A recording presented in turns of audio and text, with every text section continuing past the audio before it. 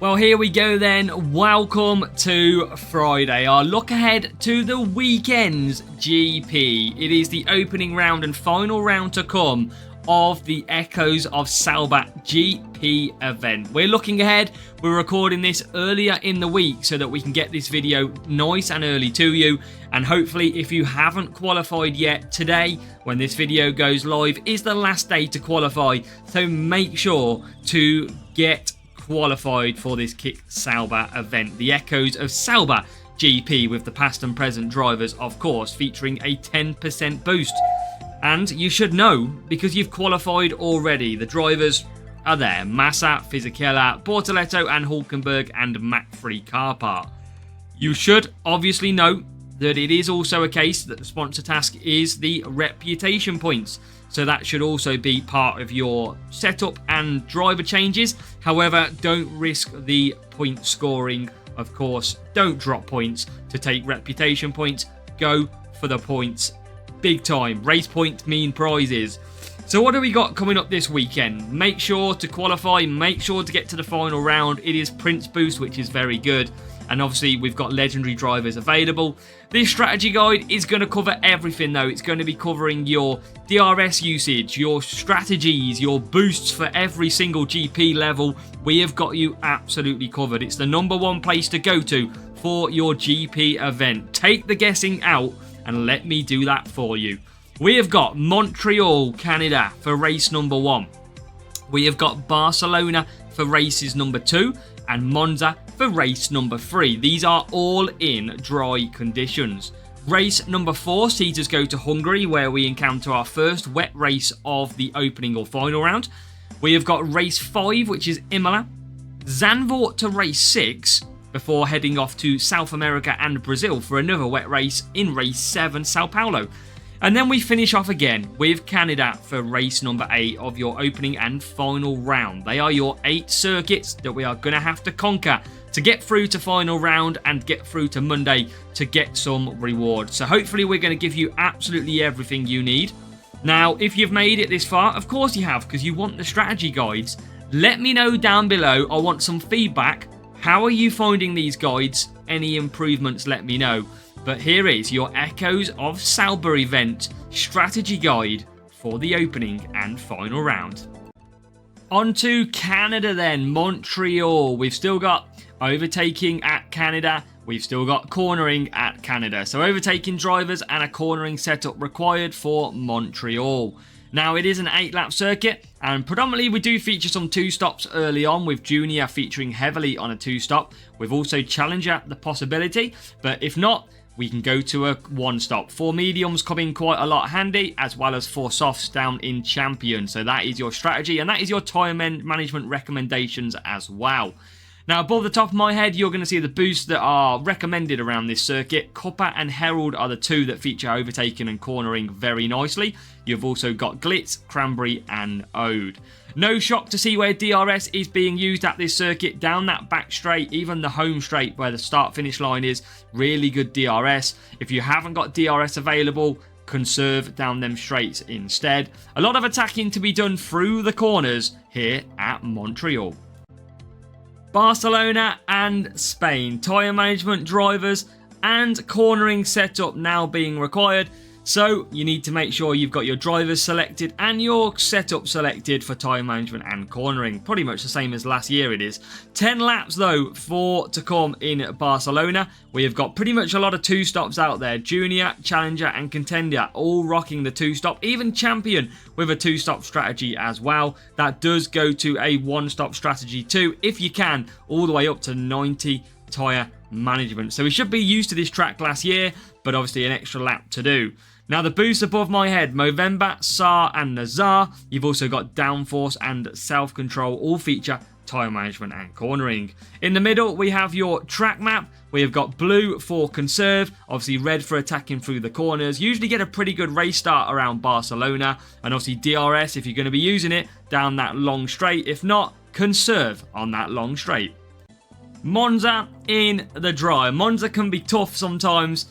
very hard to get through the pack. Defensive drivers are required at this circuit, with a speed setup required as well, so make sure you select those track stats for your selection for your parts and drivers. Now this is a 9-lap circuit this year, so we're going to be expecting to see 2-stop strategies probably throughout. We've got Junior, Challenger and Contender running 2-stop strategies, as you can see to my left. Now Champions, we are going to be expecting a 1-stop strategy to convert. We've got the 5 hard, 4 medium, for example, in there with 75 tyre management. You're going to need almost 100 tyre management to do the medium and soft runs, which without boosts or without drivers that are boosted is going to be very difficult to do. So that's why we've gone safe with these options. Now the best boost, Rainbow, Tulip, Voice and Warrior. Rainbow and Tulip, very good. We also do recommend Palm Boost. That is one of the little secret ones. That is because you still get defense, you get some race start, you get some tire management as well to help maybe you get that next strategy. Now the track map on the middle, blue for conserve your power unit. That's where you're going to gain the most back, and attack through the corners is the easiest way around Monza. DRS is a bit of a game changer if you've got it, because you can attack down either 3 of the straights and make some big overtakes. Hungary in wet conditions. We have still got race start drivers and cornering set up for Hungary in the wet, same as the dry. Of course, better drivers, race start are going to make you faster, as well as that full cornering setup. Now it is 9 laps, it is a 2-stop strategy in Junior and Challenger, because you haven't got the tyre management.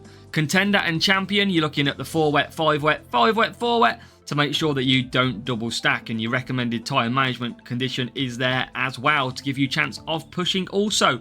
Above me is the boost. You have got Timeless, Hook, Cupper and Prince, which are the 4 best boosts around this circuit. You can also use Kawhi, Herald and Nazar if you want to use both of the track stats. In the middle of your screen, you'll see your track map. You'll see your blue for conserve, yellow for neutral, red for attacking on your engine mode. But remember, 2 DRS potential opportunities around here. You've got the foam straight and you've also got that first sector. Remember, attack through the DRS zones if you do have it enabled. Of course, Junior won't have DRS available. Imola to come then in the dry. It is race start drivers required around the Imola circuit, as well as a power unit setup, so make sure you're focusing your car on them 2 track stats and your drivers. We've got 9 laps to come at Imola, and our strategies are pretty much mainly a 2-stop strategy in Junior and Challenger, with also that free soft going to Contender as well. We have got the 1-stop strategies that come in at Contender and Champion too.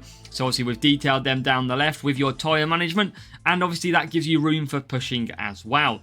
Now, race start power unit boosts are above me. We have got Surf, Rooster and Gladiator, the 3 best boosts. That is 3, not 2.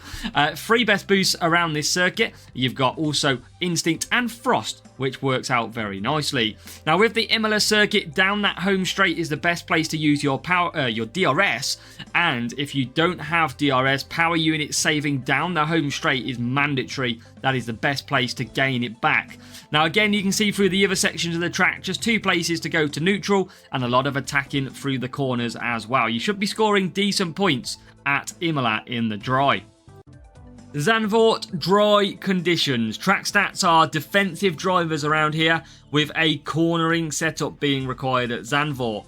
We have got 8 laps to come, and pretty much only a 2-stop happens in Junior, where you've got the softs, the medium and mediums being used. Now, you are going to pretty much go to the 1-stop strategy in Challenger, Contender and Champion, with the mediums featuring heavily. But we've also got very top level, a 4 soft when you get to the end of your epics in Series 12 or wherever you may be. 95 tyre management can get you some softs. Now, the boosts above the top of my head feature both defending and cornering. We have got Hook, Movember and Prince. You've also got Jin, Sar, Cranberry, Reindeer and Downforce that feature both track stats. And we've got the track map in the middle. DRS down the home straight is the best place to use it, where there is 3 other straights. Basically, conserve your power unit in blue.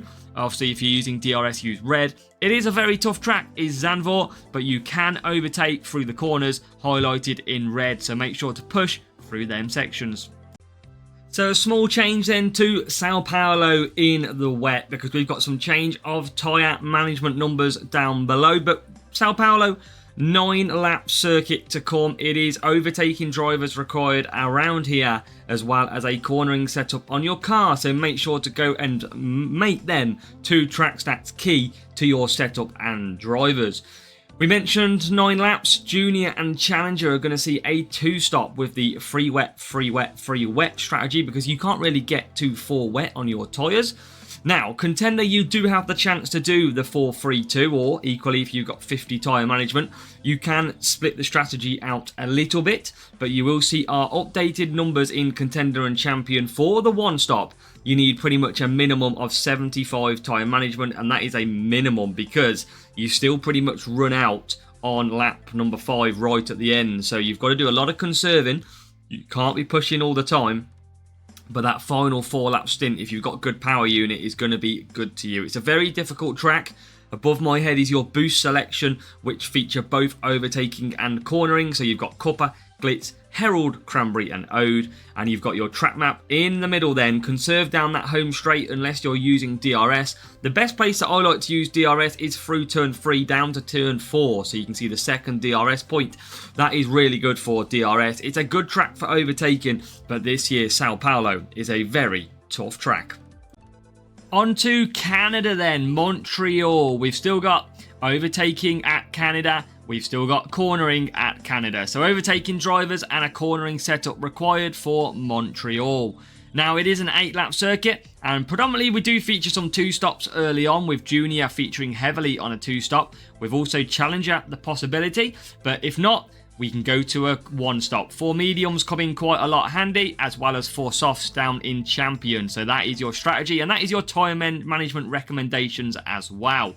Now, above the top of my head, you're going to see the boosts that are recommended around this circuit. Cuppa and Herald are the 2 that feature overtaking and cornering very nicely. You've also got Glitz, Cranberry and Ode. No shock to see where DRS is being used at this circuit. Down that back straight, even the home straight where the start-finish line is, really good DRS. If you haven't got DRS available, conserve down them straights instead. A lot of attacking to be done through the corners here at Montreal.